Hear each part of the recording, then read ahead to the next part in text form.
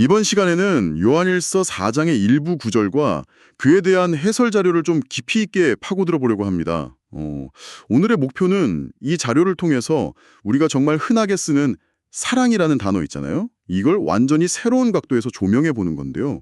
사랑의 진짜 출처는 어디인지, 또 우리가 누군가를 사랑한다는 게 과연 뭘 증명하는 건지, 우리가 흔히 생각하는 그런 감정적인 사랑과는 어떻게 다른지 한번 같이 탐색해 보겠습니다. 혹시 사랑에도 유통기한이 있다는 말 다들 들어보셨죠? 처음엔 너무 소중해서 막 애지중지하던 물건도 시간이 지나면 낡고 결국 버리게 되는 것처럼요. 사람 사이의 사랑도 뭐 언젠가는 식고 변할 수 있다 이렇게 생각하기 쉽잖아요. 그런데 오늘 우리가 살펴볼 자료가 바로 이 지점에서 아주 도발적인 질문을 던지더라고요. 정말 그럴까? 네, 그 질문에 대한 자료의 답변이 아주 인상적입니다. 반 고흐나 피카소의 그림을 예로 드는데요. 그 그림들이 수십 년, 수백 년 지나서 낡았다고 해서 그걸 쓰레기통에 버릴 사람이 있을까요? 전혀 없죠. 오히려 뭐 값이 계속 오르잖아요. 맞습니다. 시간이 흐를수록 가치는 상상을 초월할 정도로 치솟죠. 자료는 여기서 핵심 원리를 딱 짚어내요. 어떤 것의 가치는 그 상태가 아니라 그것을 만든 누가에 의해 결정된다는 거죠. 아, 만든 사람에 따라서요? 네. 그래서 이 자료의 주장은 명확합니다. 우리가 이야기할 이 사랑의 근원이 바로 하나님이기 때문에 그 본질과 가치가 우리가 경험하는 일반적인 사랑과는 차원이 다르다는 겁니다. 만든 이에 따라 가치가 결정된다. 굉장히 흥미로운 관점이네요. 그렇다면 이 자료가 말하는 하나님의 사랑, 그 가치는 구체적으로 어느 정도라고 설명하나요? 값을 매길 수 있다면요? 바로 그 지점을 설명하려고 자료가 요한일서 4장 9절과 10절을 가져옵니다. 하나님이 자신의 유일한 아들을 우리를 위해 보내셨고 그를 화목제물로 삼으셨다는 내용이죠. 화목제물. 조금 어려운 단어네요. 네, 그렇죠. 자료에 따르면 이건 깨어진 관계를 회복하기 위해 치르는 아주 값비싼 대가나 선물 이렇게 이해하면 쉽습니다. 하나님과 우리 사이에 막혀있던 거대한 벽을 허물기 위해서 예수의 생명이 그 역할을 했다는 거죠. 관계 회복을 위한 대가라. 네, 그런데 자료는 여기서 한 걸음 더 나아가서 아주 파격적인 해석을 제시합니다. 우리가 시장에서 어떤 물건을 돈 주고 살 때를 한번 생각해 보세요. 내가 지불하는 돈보다 그 물건의 가치가 더 높다고 판단하니까 사는 것 아니겠어요? 그렇죠. 손해 보려고 사지는 않으니까요. 이 논리를 그대로 적용해 보자는 겁니다. 하나님께서 예수의 생명이라는 값을 지불하고 우리를 사셨다면 이건 하나님의 관점에서 우리가 예수의 생명보다 더 귀하고 가치 있다고 여기셨다는 정말 놀라운 결론에 이르게 됩니다. 잠시만요. 이건 정말 엄청난 주장인데요. 보통은 예수의 희생이 그만큼 위대했다. 여기에 초점을 맞추잖아요. 그런데 이 자료는 관점을 완전히 뒤집어서 그 희생을 통해 오히려 우리의 가치가 증명된다는 거군요. 네, 바로 그 역발상이죠. 아주 중요한 포인트를 짚으셨어요. 자료에서도 이게 전통적인 관점을 부정하는 게 아니라고 설명합니다. 동전의 양면처럼 함께 봐야 한다는 거죠. 예수의 희생이 위대한 건 당연하지만 그 희생의 목적이 바로 우리였다는 걸 잊지 말자는 겁니다. 왜 그렇게까지 하셨는가? 네, 그 답은 우리를 향한 사랑의 크기가 그만큼 상상을 초월하기 때문이라는 거죠. 우리가 받은 사랑은 바로 그 정도의 가치를 지니고 있다는 선언인 셈입니다. 그 가치가 그 정도라면 솔직히 좀 부담스럽게 느껴질 수도 있을 것 같아요. 내가 과연 그럴 만한 자격이 있나? 뭐 이런 생각이 들면서요. 네, 당연히 그런 생각이 들 수 있습니다. 자료에서도 그 부분을 언급하는데요. 중요한 건 그 가치가 우리한테서 나온 게 아니라는 점이에요. 아, 나로부터 시작된 게 아니다. 그렇죠. 우리가 잘나서 뭘 성취해서 얻어낸 가치가 아니라는 겁니다. 마치 반고흐 그림이 스스로 나는 가치 있다 외치지 않아도 가치 있는 것처럼요. 우리의 가치는 전적으로 우리를 사랑하기로 결정하신 하나님의 선택에 달려 있다는 거죠. 그래서 그 사랑은 우리를 짓누르는 부담이 아니라 오히려 우리를 자유롭게 하는 힘이 된다고 설명합니다. 그 차고 넘치는 사랑이 우리 안에 부어질 때 우리 자신이 변할 뿐만 아니라 그 사랑이 밖으로 흘러넘쳐서 다른 사람을 향하게 된다는 거고요. 그렇군요. 가치의 근원이 내가 아니라는 점, 그게 핵심이네요. 방금 그 사랑이 우리를 변화시키고 밖으로 흘러넘친다고 하셨는데 그렇다면 그 엄청난 사랑을 받은 사람에게는 뭔가 티가 나야 정상이잖아요. 혹시 이 자료에서 그 증거에 대해서도 이야기하나요? 네, 바로 그 지점이 이 자료의 두 번째 핵심입니다. 우리가 서로 사랑하는 것이 그냥 도덕적으로 좋은 일을 하는 차원을 넘어서요. 우리가 바로 그 하나님의 사랑을 받았다는, 즉 구원받았다는 가장 강력하고 확실한 증거가 된다고 말합니다. 여기서 진짜 기가 막힌 비유가 나오는데 바로 하나님의 DNA입니다. 하나님의 DNA요? 그렇습니다. 요한일서 4장 16절을 보면 하나님은 사랑이시다 라고 단언해요.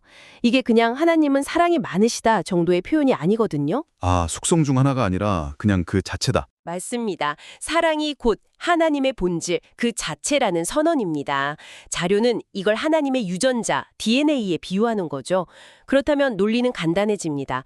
우리가 진정으로 하나님의 자녀라면 우리 안에 그분의 DNA인 사랑이 있어야 하고 그것이 우리 삶 속에서 서로를 사랑하는 구체적인 모습으로 나타나야 한다는 겁니다. 아, 아이가 자랄수록 부모를 닮아가는 게 당연한 것처럼요. 만약 전혀 다른 사람을 닮아간다면 주변에서 좀 의아하게 생각할 테니까요. 네, 바로 그 핵심을 짚으셨네요. 자료는 그 점을 아주 날카롭게 지적합니다. 우리의 신앙생활 연차가 쌓이고 교회 직분이 높아지는데도 우리 삶에서 형제자매를 사랑하는 모습이 나타나지 않는다면 우리의 영적 DNA가 정말 하나님으로부터 온 것인지 스스로 심각하게 돌아봐야 한다는 거죠. 굉장히 직접적이고 강력한 도전이네요. 그렇죠. 이건 선택사항이 아니라 우리의 정체성을 증명하는 필수 불가결한 요소라는 겁니다. 흥미로운 비유네요. 근데 어떤 사람들은 사랑이라는 감정이 너무 주관적이라서 구원의 증거가 되기에는 좀 부족하다고 반박할 수도 있을 것 같아요. 기분 좋을 땐 사랑하다가도 아닐 땐 미워할 수 있으니까요. 좋은 질문입니다. 자료에서도 그 점을 분명히 해요. 여기서 말하는 사랑은 우리가 흔히 생각하는 그런 낭만적인 감정이나 일시적인 기분이 아니에요. 하나님의 DNA라고 말할 때의 사랑은 그분의 성품을 닮은 사랑, 그러니까 자기 희생적이고 오래 참고 상대방의 유익을 구하는 행동으로서의 사랑을 의미합니다. 아, 감정이 아니라 행동이군요. 네, 감정은 변할 수 있지만 하나님의 본질에 뿌리내린 사랑의 원리에 따라 살아가는 삶의 태도는 꾸준히 나타날 수 있다는 거죠. 그래서 감정이 아니라 우리 삶의 방향과 행동의 패턴이 바로 그 증거가 된다고 설명합니다. 알겠습니다. 그렇다면 이 모든 것의 시작점, 즉 예수를 하나님의 아들이라고 믿는다는 건 구체적으로 뭘 의미하는 걸까요? 이 부분에서도 자료가 우리가 가진 생각의 틀을 좀 깨는 것 같아요. 보통 신의 능력을 말할 때 전능하다, 강하다 이런 걸 먼저 떠올리잖아요. 맞습니다. 그런데 자료는 기독교 신앙의 독특함이 바로 여기에 있다고 말합니다.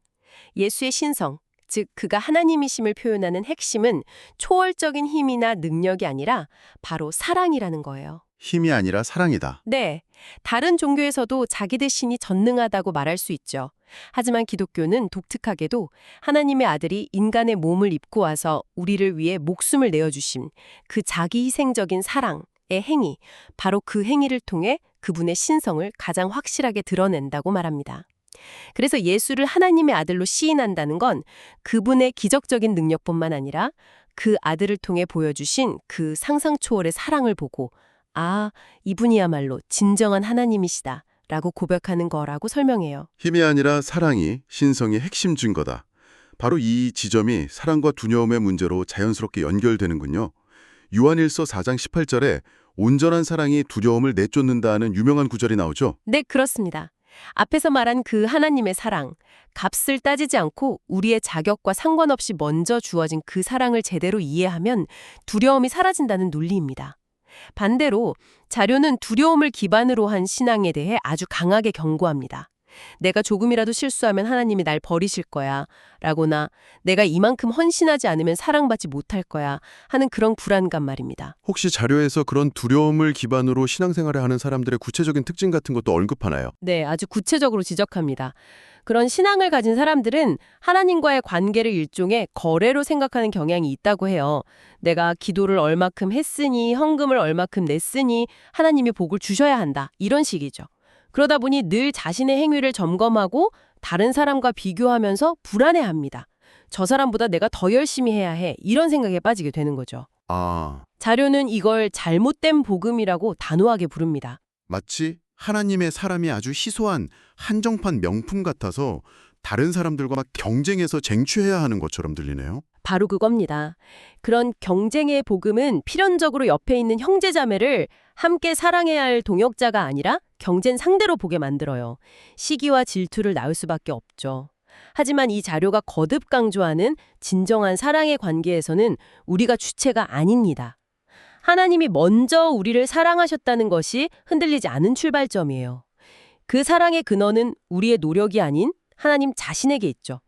따라서 우리가 그 값없는 사랑 안에 거하며 서로 사랑하고 있다면 다가올 심판의 날에 대해 벌벌 떨며 두려워할 필요가 전혀 없다는 겁니다. 오히려 나는 그분의 자녀입니다 라고 담대하게 설 수 있다고 격려하는 거죠. 자, 그럼 이 모든 내용을 통해 우리가 얻어야 할 핵심을 한번 정리해 볼까요? 제가 이해하기로는 우리가 다른 사람을 사랑할 수 있는 능력의 근원이 우리 자신의 어떤 결심이나 의지, 사랑해야지 하는 노력에 있지 않다는 점인 것 같습니다. 네, 그게 가장 중요한 결론입니다. 자료는 우리가 다른 사람을 사랑하려고 애쓰기 이전에 먼저 해야 할 일이 있다고 강조합니다. 바로 하나님의 사랑이 얼마나 크고 영원하며 지금도 우리에게 풍성하게 부어지고 있는지를 계속 확인하고 인식하는 과정이요. 마치 연인들이 기념일을 챙기면서 서로의 사랑을 계속 확인하고 되새기는 것처럼요. 그렇다면 우리가 사랑하지 못하는 진짜 이유는 노력이 부족해서가 아니라 우리가 받은 그 엄청난 사랑의 가치를 잊어버리고 있기 때문이라는 말이겠네요. 정확합니다. 바로 맨 처음에 이야기했던 반고흐 그림 비유로 다시 돌아가는 거죠.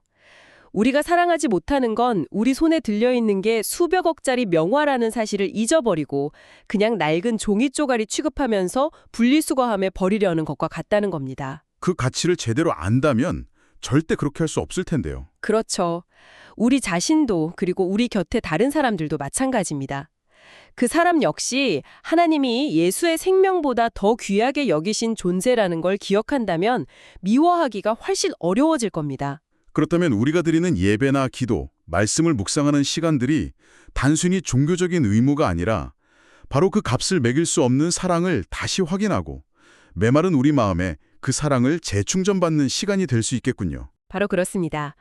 자료는 마지막으로 아주 의미심장한 구절을 제시하면서 끝을 맺습니다. 우리가 서로 사랑할 때 눈에 보이지 않는 하나님이 바로 우리 가운데 계시고 그분의 사랑이 우리 안에서 비로소 완성된다는 구절입니다. 한번 이렇게 생각해 보시면 어떨까요? 당신의 외부로부터 시작된 당신의 노력이나 자격과 아무 상관없이 주어진 그 엄청난 사랑이요. 그냥 당신 안에서만 머무는 게 아니라 바로 오늘 당신의 구체적인 행동, 누군가를 향한 작은 친절이나 용서, 이해의 말을 통해서 그 목적지를 찾아 비로소 완성되는 겁니다. 그 사랑의 위대한 여정이 바로 당신을 통해 마침표를 찍는 모습은 과연 어떤 모습일까요?